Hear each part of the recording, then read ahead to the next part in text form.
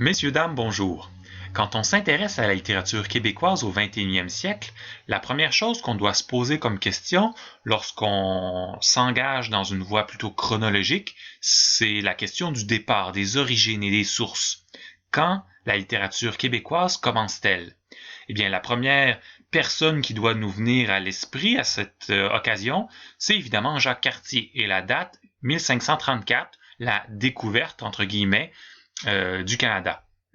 Mais on peut aussi aller un peu plus loin en se demandant quelles sont les sources de cette littérature québécoise. Parce qu'évidemment, Jacques Cartier lui-même arrive avec une culture française, les premiers colons arrivent eux aussi avec une culture française, et dans ce cours, je souhaite vous donner quelques indications, un contexte sur cette culture qui arrive en Nouvelle-France. Mais quand commencer alors? Eh bien, on peut aller en 842 avec le premier texte écrit en langue française qui s'intitule Les Serments de Strasbourg.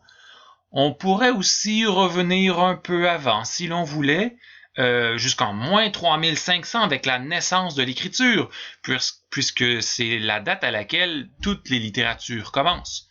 On pourrait aussi revenir davantage, en moins 25 000 avec l'arrivée des premiers Amérindiens en Amérique. Et si on voulait pousser la note un peu plus loin, on pourrait même se rendre en moins 200 000 avec la naissance du langage.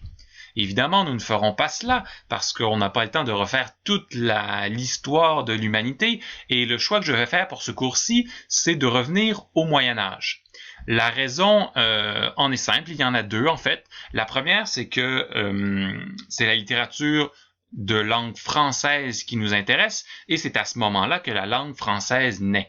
Et comme c'est un élément important de l'identité québécoise, la langue française, c'est la raison pour laquelle je vais vous donner quelques indications sur ces premières sources de la littérature québécoise.